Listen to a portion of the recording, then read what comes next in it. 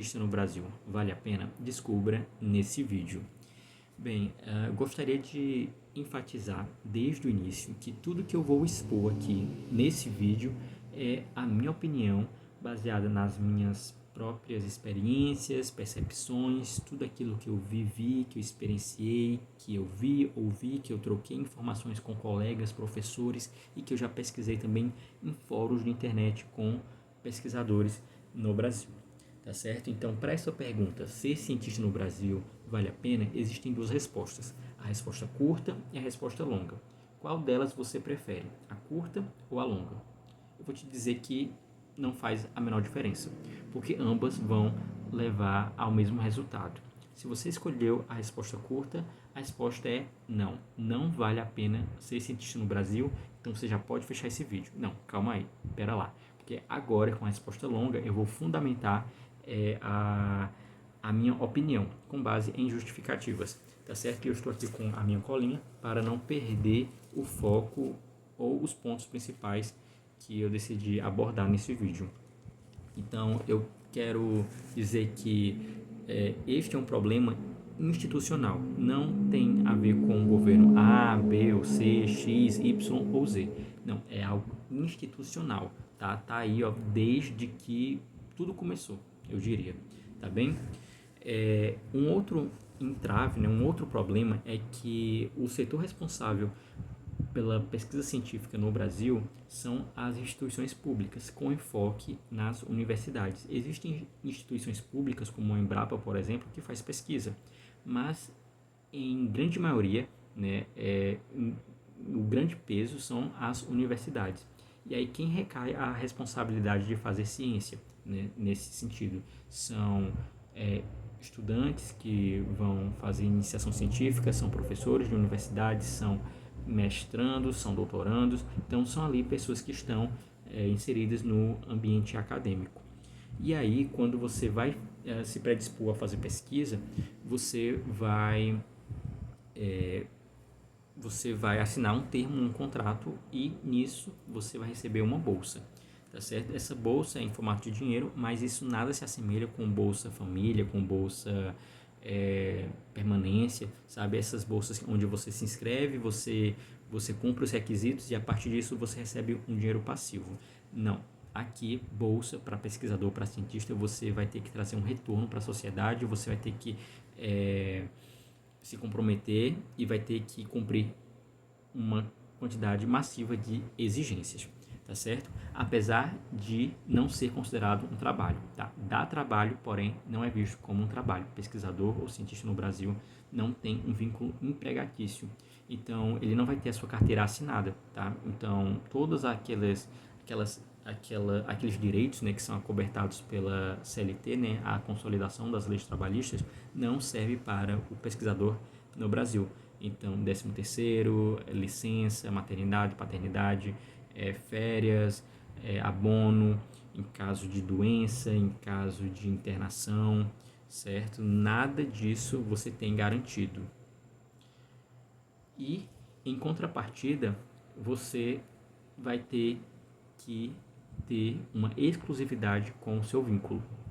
Tá? Existe lá uma cláusula lá no contrato que você assina de exclusividade. Isso significa que você não pode acumular a sua função de ser pesquisador com um trabalho CLT.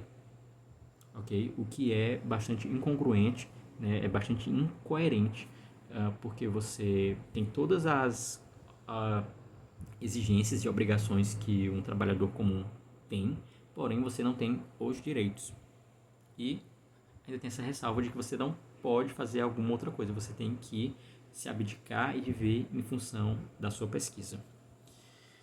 Bem, eu também gostaria de dizer que essa jornada de fazer pesquisa, ela vai às vezes ultrapassar 8 horas diárias, porque você tem que entregar os resultados, os limites eles são muito estreitos e definidos, então você tem que entregar ali no tempo. Então, existem relatos, né, de pesquisadores que passam além da conta, além do tempo que deveriam para conseguir fazer as coisas darem certo, tá certo?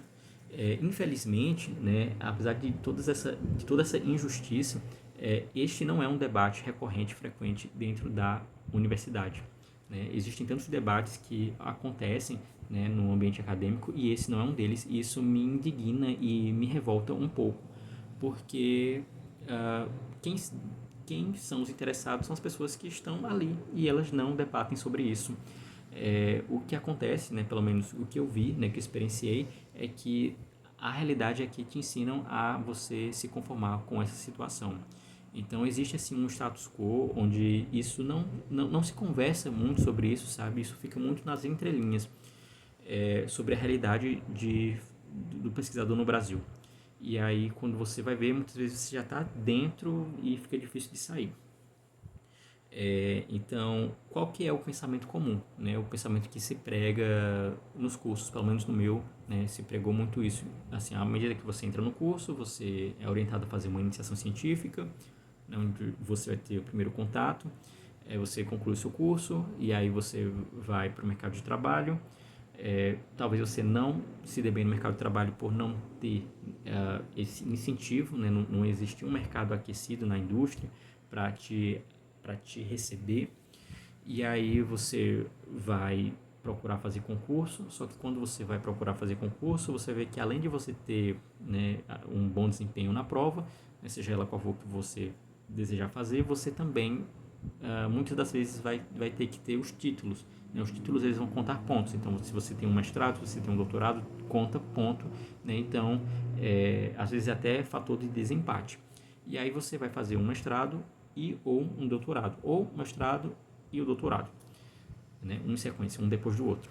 Nisso você vai receber uma bolsa e dentro desse tempo aí você vai estudar, você vai entregar resultados e você vai receber um dinheiro, apesar de que você, lembrando, né, você não vai poder acumular isso com um outro vínculo, né, com um trabalho, por exemplo. E aí quando você terminar tudo isso, você retorna para o ponto de quando você saiu da universidade, que é procurar fazer concurso. Tá certo?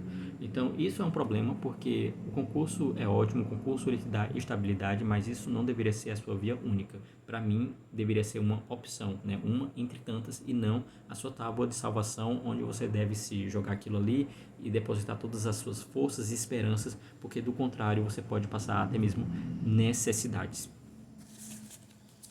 Então, para finalizar, eu gostaria de dizer também que toda a minha crítica que eu teci, que eu trouxe aqui, é a respeito de como é visto o profissional cientista, o pesquisador, e não sobre o fazer ciência, tá? São duas coisas completamente diferentes. Até porque o pesquisador no Brasil, ele é, assim, incrível, né? Ele tira leite de pedra, né? Com muito pouco, ele faz muito, né? Com pouco recurso, ele faz muita coisa. E mesmo com todo esse cenário aí que não é nem um pouco agradável. Então, se você gostou desse vídeo, curte, comenta, né, se você concorda comigo, se você discorda, se você tem um outro ponto de vista, se você tem alguma coisa que eu esqueci, mas que vale a pena, comenta aqui embaixo e até a próxima.